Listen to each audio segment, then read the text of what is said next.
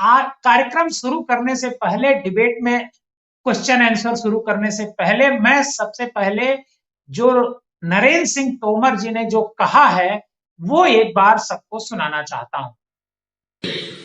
लेकिन निजी निवेश का आज भी अभाव है। हम कृषि सुधार कानून लेकर आए थे, कुछ लोगों को रास नहीं आया, लेकिन वो 70 वर्षों की आजादी के बाद एक बड़ा रिफॉर्म था जो नरेंद्र मोदी जी के नेतृत्व में आगे बढ़ रहा था। लेकिन सरकार निराश नहीं है, हम एक कदम पीछे हटे हैं, आगे फिर बढ़ेंगे, क्योंकि हिंदुस्तान का किसान यह हिंदुस्तान की बैकबोन है, और अगर बैकबोन मजबूत होगी तो निश्चित रूप से देश मजबूत होगा।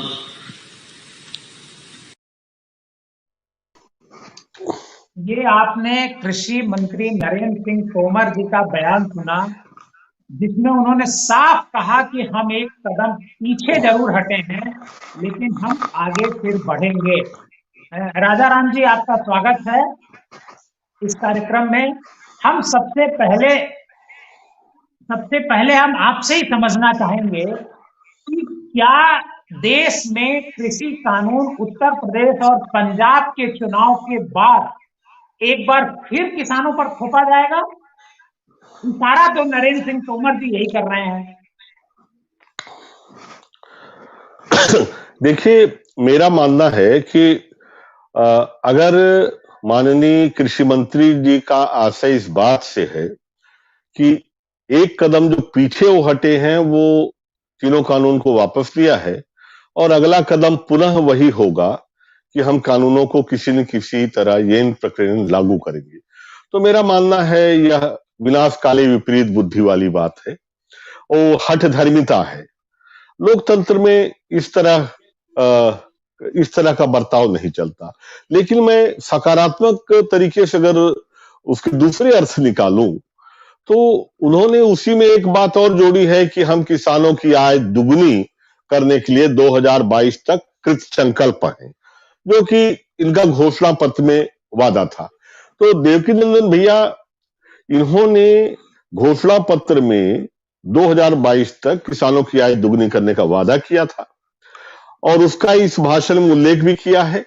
लेकिन मैं यही याद दिलाऊंगा कि 2022 में किसानों की आय दुगनी करने को लेकर घोषणा पत्र में एक लाइन थी कि 25 लाख करोड़ का निवेश यह सरकार चुन के अगर आएगी तो कृषि क्षेत्र में लाएगी।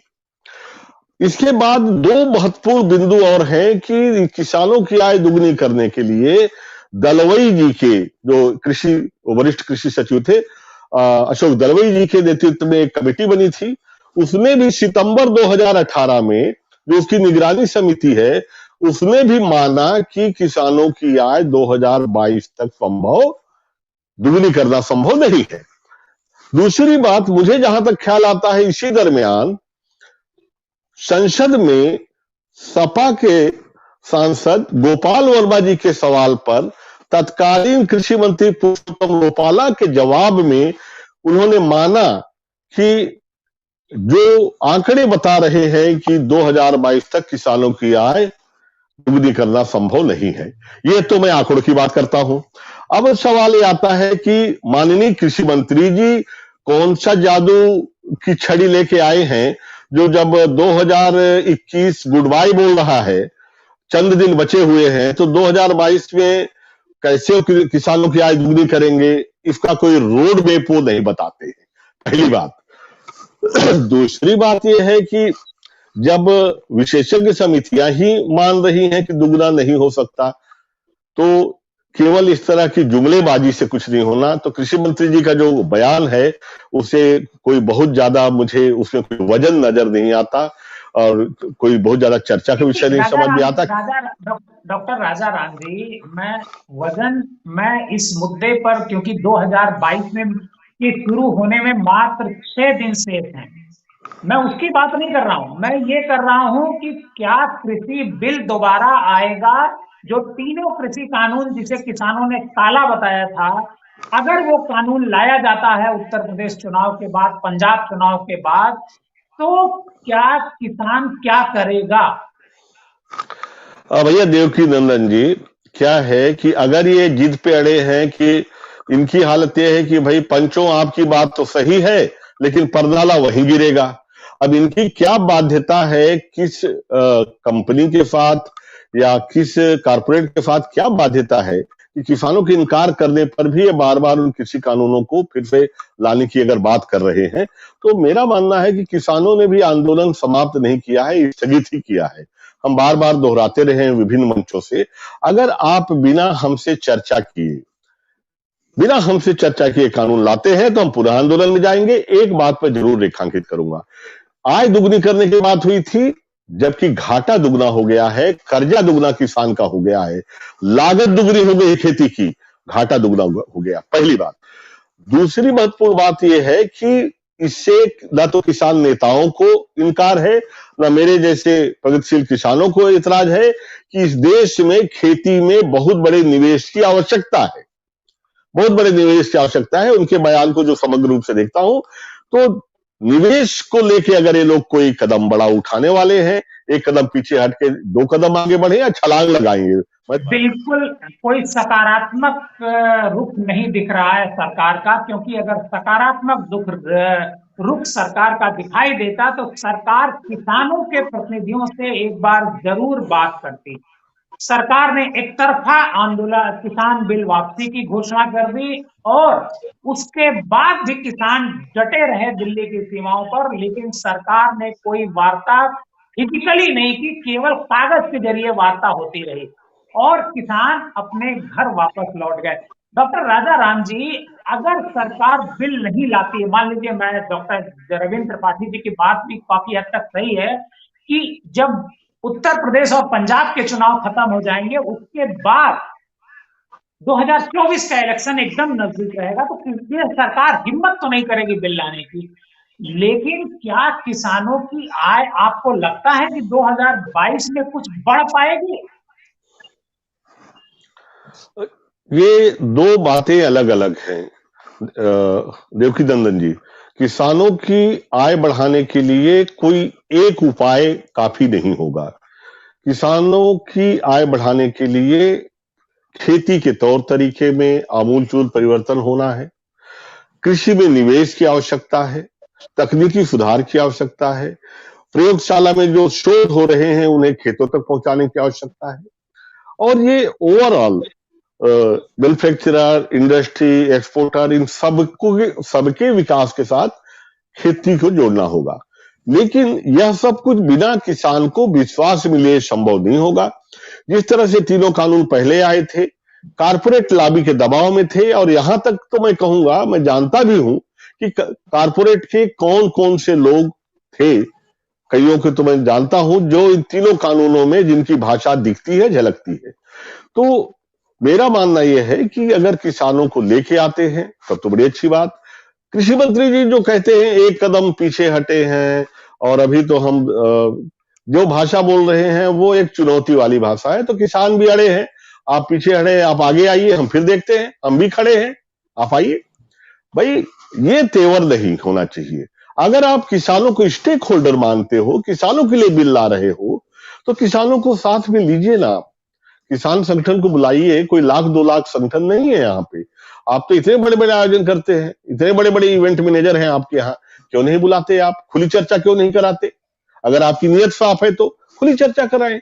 अब रहा सवाल कि 2000 अभी आज जो बोले हैं कि भाई नागपुर में कल जो उन्होंने बयान दिया कि हम 2022 तक किसानों की आय दुगनी करने के लिए कृत संकल्प है, ये जुमलेबाजी नहीं तो और क्या है। एक कदम आगे होके आगे बढ़ेंगे, 2 कदम आगे बढ़ने से भी नहीं पहुंचेंगे।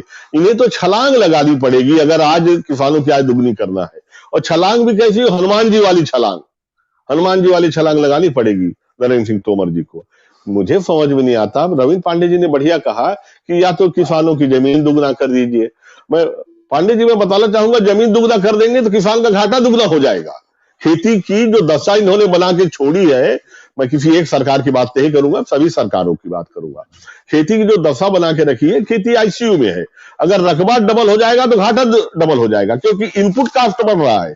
इनपुट कास्ट दिनों दिन बढ़ते जा रहा है और न्यूनतम सपोर्ट प्राइस केवल ये दीवार पे लिखी एक नेक सलाह है, इबारत है, कोई कानूनी बाध्यता नहीं है, कोई इस पे खरीद नहीं रहा है। काहे का सीएसीपी भाई? अगर कानूनी निकाय नहीं है तो बंद करो उसको। काहे का न्यूनतम समर्थन मूल्य? आप तो इसलिए खरीदते हो क्योंकि आपको चावल बांटना है विभिन्न योजनाओं के तहत, इसलिए खरीदते हो। किसान पे कोई एहसान करने के लिए आप खरीदी नहीं करते हैं, कोई सरकार नहीं करती, पहली बात। और सरकार अगर खरीदी करती है तो हमारे आपके पैसे से करती है। दूसरी बात, कोई ये तेवर नहीं होना चाहिए कि हम राजा साहब हैं और दान दे रहे हैं और बांट रहे हैं। लोकतंत्र में ये तेवर नहीं चलेगा। हाँ, एक कदम आप पीछे नहीं हटे हैं जनाब, आपने एक गलत कदम को सही किया है।